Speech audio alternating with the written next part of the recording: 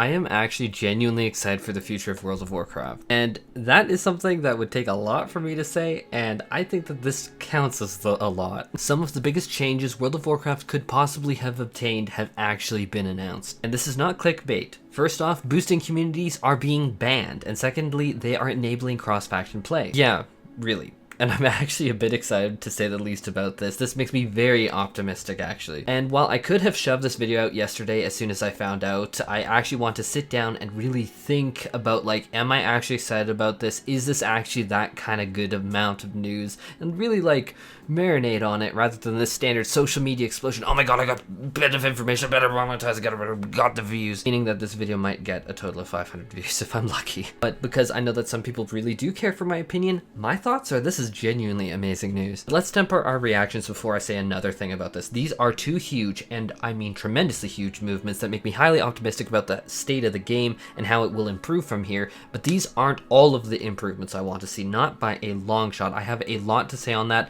but let's start off this video by talking about cross-faction because that is huge. When I told my boyfriend about cross-faction play, he genuinely thought I was trolling and was like, what?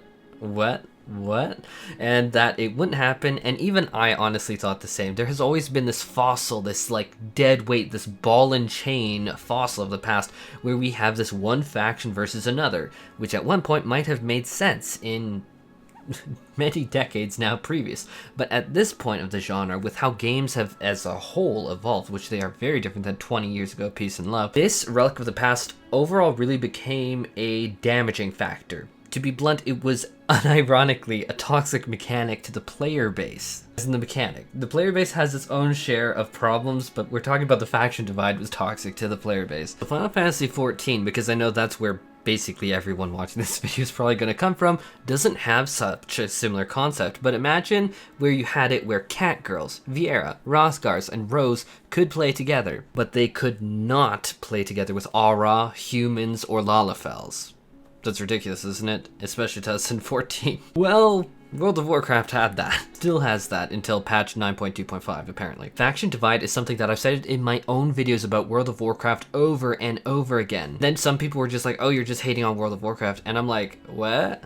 I want a variety of games to play. I really want to get into World of Warcraft because of class design, things like Shaman excited me, Disc Priest excited me, the idea of Mythic Plus, all of these things got me really excited. So I'm like, hating on it? No. I'm gonna hate some of these mechanics like Faction Divide though. You can obviously bet money on that now pretty confidently, huh? Stuff like Mythic Plus, like, I want to get into that. I want to do more of that. Always these things.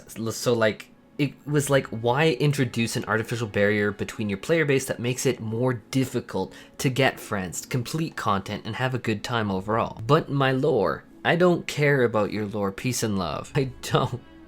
I'm not trying to be a jerk. I think that the Kyrians, because I really did go into World of Warcraft, I did pay attention. Warlords of Draenor lore, really good. I really had a great time leveling through there. BFA, I actually even liked BFA's lore. I did pay attention, but it was as soon as we got to the Kyrians that, like, I just snapped and I'm just like, that's when you lost me. I was still paying attention, but I was like, oh my god. I don't like the Psycho Memory Cult. I just don't. Getting back to the point, it just didn't make sense to me and led to me to intense amounts of frustration when I tried to play Alliance. Honestly, the idea of playing as like a huge, massive Gilnean werewolf, literally being a werewolf, like fucking badass werewolf, really appealed to me in the game. So likewise, that led me to Alliance. I respectfully do not like trolls. I do not like Zandalari trolls. They don't have a beard. Orcs are orcs. Trolls looked funny. I just liked the Alliance aesthetics way more. What that decision made to me, that honestly largely aesthetic decision, led to fewer options for who I could raid with, to the point where doing stuff like Mythic raiding was actually very difficult. Not because the raiding was difficult, I understood what was going on. Watch a video, it's just like, okay, that makes sense. And in fact, I felt less personal responsibility than I do in 14. But it was more because of how hard it was to get a group. I found that due to how exclusive these Alliance raiding groups were, that there were honestly, they were more toxic, in my experience, than trying them on Horde, which people may say is just my bias or anecdotal, but that is my genuine experience that I experienced myself, and it makes a lot of logical sense because scarcity and exclusivity, if I can say that right, bring out in general, the worst in flying off the handle narcissist that needs to be reminded that this is all just video games. Calm down, bro. They're kind of able to get away with that. They're almost, I don't want to say like positively reinforced. They are almost enabled to do that, because the question becomes, well, where else are they gonna go? You're gonna go and make a group yourself? Well, good luck, buddy, on Alliance. What, you're gonna join the other 5 Alliance groups with people just like me? Good luck, honey. Horde honestly simply had a much larger selection, and I just noticed that the toxicity was down, like, a lot. And this unfortunately extended fully into an activity that I primarily wanted to focus on myself in going into World of Warcraft. Mythic Plus. Basically harder dungeon content, which I like dungeon content, which is unfortunately harder dungeon content. That's not a thing in 14. My experience on getting Mythic Plus groups on Alliance was miserable. So intensely miserable, and I can definitely say that this is a part of a death of 1,000 cuts, but this actually led to me eventually actually quitting. This was the #1 reason. There were so few groups, and they highly sought after specific meta compositions, and because there were so few groups, oh yeah, and super high item levels, more on that in a second, but I spent more time in that flying bronze dildo called Oribos than anything else in game. I was so fucking sick of Oribos. Miserable.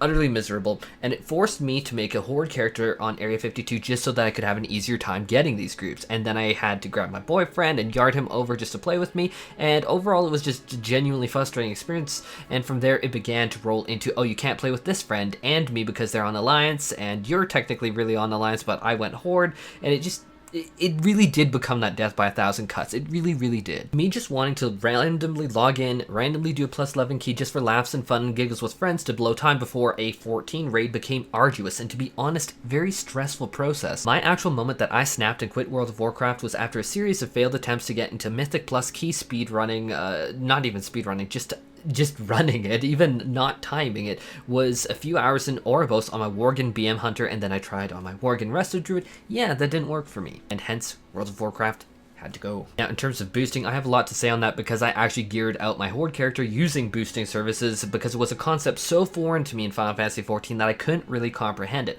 Were they going to scam me? How did this work? What if someone rage quit? How do I contact these people? What sort of etiquette is there? I had so many questions, and I went in because I was curious. And yes, my wallet hurt. But between the boosting as well as buying many pieces off of the auction house directly, which, yes, you can get nearly best in slot gear pieces off of the auction house, which are way, way, way better than the baseline that you're starting with when you hit level cap initially in Shadowlands. You basically buy WoW tokens off of the WoW official store, you sell them through the auction house, and then you get a bunch of gold. It's a highly automated process. And using that gold, I was able to gear out a Disc Priest disturbingly fast, which broke a large part of the game for me, because it really became obvious that those who are willing to swipe a credit card are able to pretty much bypass any of the extra grind, which we have a lot to say on that still.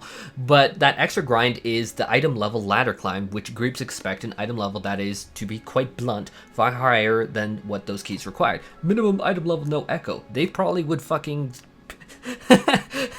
yeah, nope. No offense, but when Shadowbringers launched for World of Warcraft, you didn't need to have item level 226 when best in slot was 233 to clear a +10 key. Peace and love. Minimum item level, no echo, would make these people absolutely dump in their pants. But what you could do is just buy up 226 pieces, swiping your credit card, buy those boosts, open a vault, get that, and get all of this gear dropped into your inventory just from a credit card, and suddenly you were so far ahead of the incredible majority of us plebeians still fighting over level 205 scraps. I remember that far too well. Gearing up my first character was way harder than swiping my card on my second. Which, like what I was saying before, that broke the game for me from a future standpoint. Completely 100% broke it for me. I could no longer see how after this patch, when I geared up already, how I could justify spending that kind of money each patch cycle just so that I could go into Mythic Plus and raid at a pretty basic level casually. Otherwise, people who swiped a credit card would always win the group finder slots, and I don't blame them, and I don't blame the players wanting a higher item level player. And instead, I blame the game design decisions that allowed this to somehow be a thing. This made it so that World of Warcraft at the same time as 14, which I'm going to take 14 more seriously than WoW, peace and love, but World of Warcraft is meant to be a video game in the first place. So even saying that